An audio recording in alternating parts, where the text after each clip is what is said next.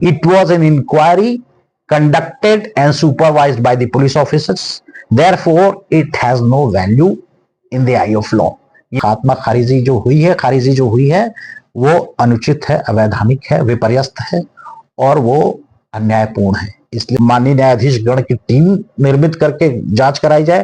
Postmortem डंडे से और रबर के पट्टे से मारते हुए देखा है, तलवे में और कूल्हों पर, पीठ पर इस प्रकार से पुलिस वाले मारते हैं कि जाहिरा चोट। ना पोस्टमार्टम सही की गई, ना जुडिशियल इंक्वायरी सही की गई, ना निष्पक्ष इंक्वायरी की गई और यहां तक कि खारिजी के मामले में भी बहुत महत्वपूर्ण साक्ष्य को उपेक्षित किया गया। जैसे हमने अपने इसने 32 साल आज मुझे होगा, मैंने देखा 32 सालों में पुलिस जिस मामले को भी चाहती है उस ढंग से मोल्ड कर देती है। तो राज्य शासन और केंद्र शासन ऐसे मामलों को सीबीआई से जांच कराती नहीं है। एक आम आदमी मारा गया तो कोई ऐसे उसमें कोई किसी की भौं नहीं हिलती। तो इस प्रकार 302 को बदल के 306 बनाया गया। विधवा जो है रानू बेग, उसमें हिम्मत थी, उसमें ताकत थी और वो हालांकि आर्थिक रूप से तो बहुत कमजोर थी। इसकी उपस्थिति में और पुलिस के द्वारा प्रायोजित इंक्वायरी में इंक्वायरी की गई, साक्ष्यों को एक अवैध कस्टडी में रखा गया और उसके बाद उनके साथ अत्यंत अमानवीय और खूंखार तरीके से मारपीट की गई। नमस्कार, मैं हूं अमित। आज के हमारे मेहमान हैं एडवोकेट राजवर्धन सिंह जी। बहुत बहुत स्वागत है सर आपका। Thank you. राजवर्धन सिंह जी जाने जाते हैं अपने सहृदयता के लिए, जिन्होंने अनेकों गरीबों की मदद की है और हमेशा जो पीड़ित पक्ष है अगर वो सामर्थ्य ना हो फिर भी उनका केस मुफ्त में लड़ते हैं। और सबसे बड़ा मामला जो पंकज बेग कस्टडियल डेथ वाला था, उस मामले को भी इन्होंने निःशुल्क, उसमें जितना इनसे हो पाया है इन्होंने उस केस को अभी तक लड़ ही रहे हैं। सर, ये पंकज बेग का जो मामला था, ये मामला क्या था, थोड़ा संक्षिप्त एक बार ब्रीफ कर देंगे क्या? बहुत संक्षेप में मैं आप लोगों को बताऊं कि आज से लगभग 4-5 वर्ष हो गया, मुझे ऐसा याद आ रहा है जी। पंकज बेग नामक एक युवक को उसके एक अन्य साथी इमरान खान के साथ पुलिस कस्टडी में ले जाया गया। उन पर एक आरोप था कि उन्होंने एक मकान से चोरी की जहां की वे सीसीटीवी कैमरे की रिपेयर के लिए गए थे। तो पुलिस कस्टडी में इन दोनों को, पंकज बेग को और इमरान खान को अवैध रूप से निरुद्ध किया गया। सर्वप्रथम तो अवैधानिकता वहीं से शुरू हुई। अवैध रूप से उनके परिजनों को बताए बिना एक अवैध कस्टडी में रखा गया और उसके बाद उनके साथ अत्यंत अमानवीय और खूंखार तरीके से मारपीट की गई। उनसे वो अपराध कबूलवाने के लिए प्रयास किए जाते रहे जो शायद उन्होंने न किया हो सकता किया भी हो। तो किसी दोषी या निर्दोष को किसी को भी पीटने का, मारने का, उस पर इस तरह से अमानवीय जुल्म ढाने का किसी पुलिस अधिकारी या किसी भी अधिकारी को नहीं है, किसी प्रशासनिक अधिकारी को नहीं है। इसके बावजूद उन दोनों के साथ क्रूरतापूर्ण मारपीट की गई और उस क्रूरतापूर्ण मारपीट में कस्टडी में ही पंकज बेग की दुखद मृत्यु हो गई। जो हमारी इंफॉर्मेशन के अनुसार और जितने सबूत मुझे प्राप्त हुए, जो इंफॉर्मेशन, जो तथ्य मुझे प्राप्त हुए, उनके आधार पर स्पष्ट रूप से हत्या का मामला दिखता है।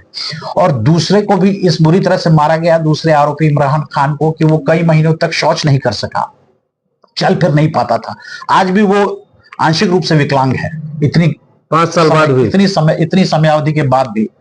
और इन दोनों को मारपीट करके अपराध कबूलवाने की कोशिश की गई जो उन्होंने नहीं कबूला और अंततः इस अमानवीय मारपीट से पंकज बेग की मृत्यु हो गई, जो हमारे आरोपों के अनुसार हत्या की श्रेणी में आता है।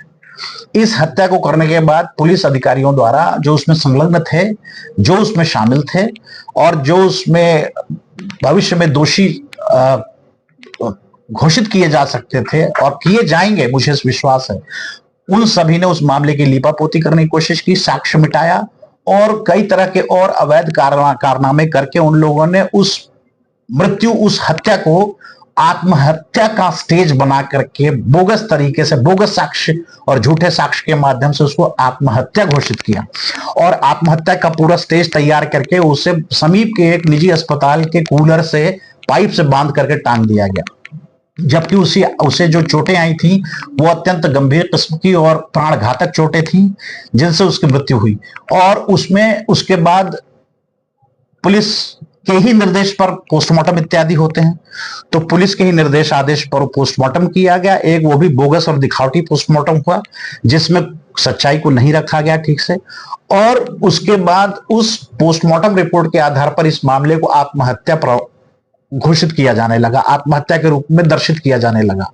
और दिखावे के लिए उन 5 पुलिस अधिकारियों, जिनमें विनीत दुबे तत्कालीन टाउन इंस्पेक्टर और 4 और लोग हैं, एक डीडी सिंह का नाम मुझे याद आ रहा है, और कोई लक्ष्मण गुजर है इत्यादि 5 लोग हैं, वो मुझे मालूम है। विनीत दुबे वगैरह के रूप में केस आज भी चल रहा है, उसके बारे में भी मैं आगे तफसील से बताऊंगा। इन लोगों ने उसको आत्महत्या का रूप दिया, और आत्महत्या का रूप देकर के तब इनको दिखावे के लिए सस्पेंड अवश्य किया गया, मगर उसके बाद पुलिस अधिकारियों ने एक दिखावटी 306 भादवी का मामला दर्ज किया इन लोगों के खिलाफ, और उस मामले में भी अंततः खात्मा करा दिया गया। तो इसके पीछे की ओर थोड़ी सी और मैं भूमिका और परिस्थितियों पर प्रकाश डालता हूं। जिस दौरान ये मामला हुआ, बहुत सनसनीखेज और बहुत ही संवेदनशील मामला था, और इसमें बहुत जनता भी बहुत आक्रोशित हुई, विरोध प्रदर्शन हुए, आदि हुए, बहुत लोगों ने आंदोलन भी किया। लेकिन हम चूंकि अधिवक्ता हैं और हमारे पास जो लोग आए न्याय के लिए, उनके लिए हमने अधिवक्ता के रूप में जो संभव था न्यायालयीन कार्यवाहियां संचालित की। इस दौरान इस मामले में हंगामा होने पर एक कथित जुडिशियल इंक्वायरी होल्ड की गई। उस जुडिशियल इंक्वायरी में एक मजिस्ट्रेट महोदया को इंक्वायरी ऑफिसर नियुक्त किया गया। उन जुडिशियल ऑफिसर ने भी सच्चाई को जानने का कोई इंडिपेंडेंट प्रयास नहीं किया। वो जुडिशियल इंक्वायरी भी जो है वो शैम है, और वो जुडिशियल इंक्वायरी के जो दस्तावेज मुझे दिखाए गए, जो फोटोग्राफ्स वगैरह मैंने देखे, उनमें मैंने देखा कि पुलिस की मौजूदगी में, पुलिस की उपस्थिति में और पुलिस के द्वारा प्रायोजित इंक्वायरी में इंक्वायरी की गई, साक्षियों को बुलाया गया। निष्पक्ष रूप से कौन साक्षी उन्हीं पुलिस वालों के खिलाफ बयान देगा जो उसमें आरोपित हैं, जिन पर इतना बड़ा गंभीर अपराध आरोप लगाया गया है। इस तरह की एक बोगस और स्वांग रूपी जुडिशियल इंक्वायरी की गई। उस इंक्वायरी में भी इंडिपेंडेंट ओपिनियन नहीं लिया गया। जो पोस्टमार्टम रिपोर्ट थी, जो जिसे मैंने कहा कि अवैध और विधि विरुद्ध पोस्टमार्टम रिपोर्ट है, उस पोस्टमार्टम रिपोर्ट के आधार पर जांच की दिखावटी कार्यवाही करके और औपचारिकता पूरी करके उसको पुनः घोषित कर दिया गया कि ये आत्महत्या का मामला है। फिर इसके बाद भी कहानी नहीं रुकी।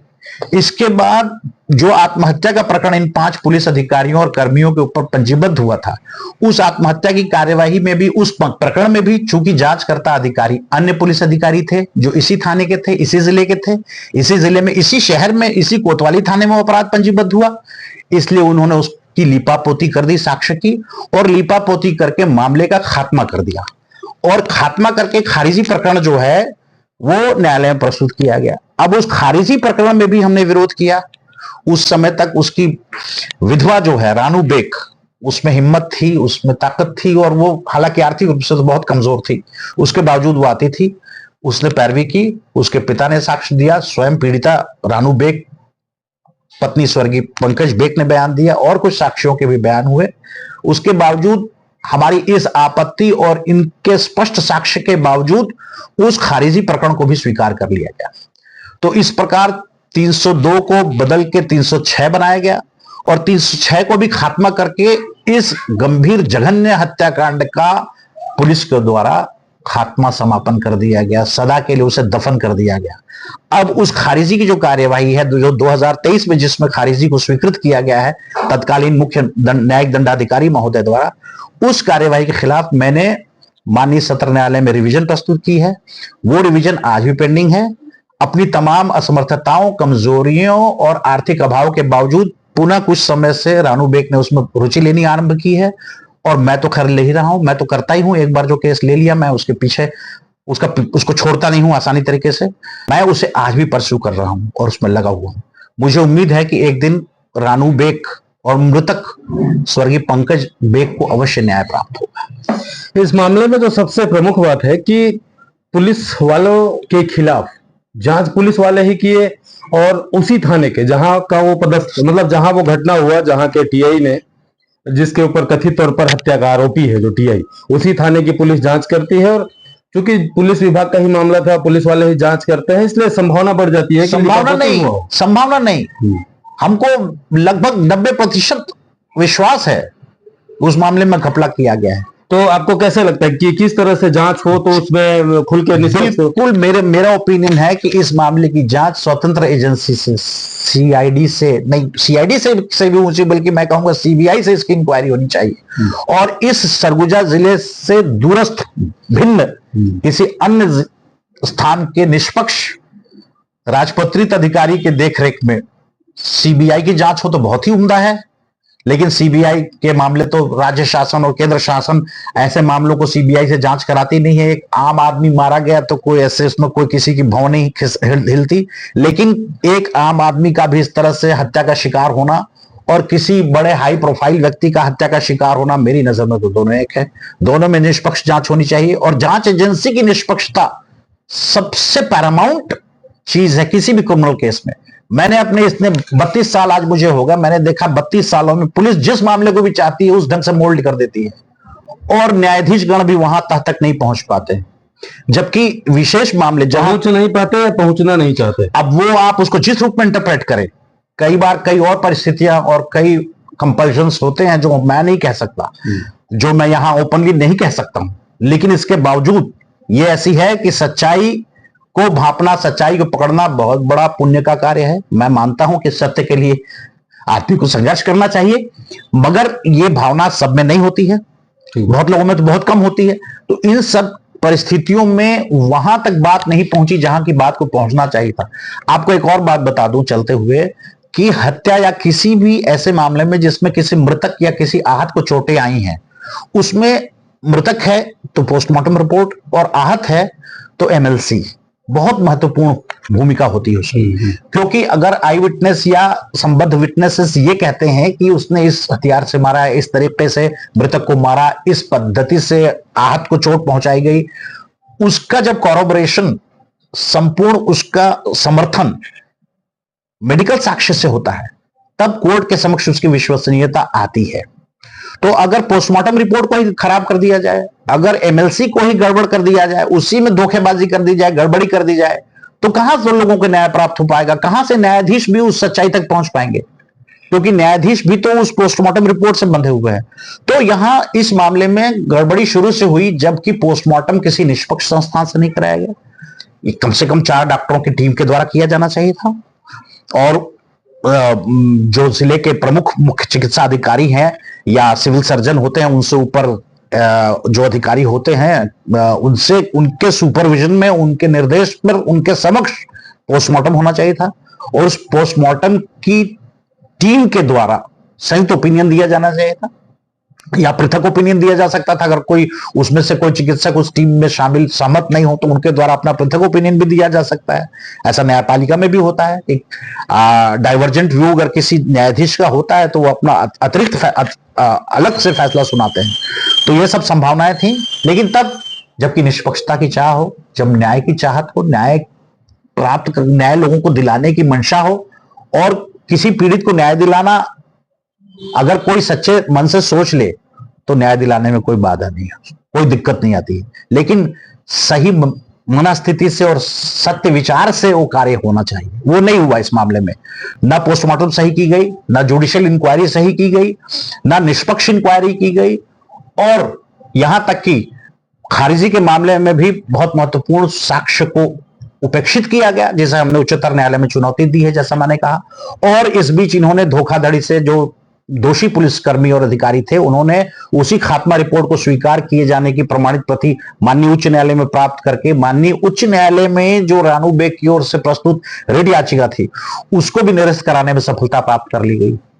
तो आप समझें कि हर फील्ड पर, हर स्टेप पर और हर स्तर पर इन लोगों ने धोखाधड़ी और चालबाजी करके इस गंभीर जघन्य हत्याकांड को पचा लिया है।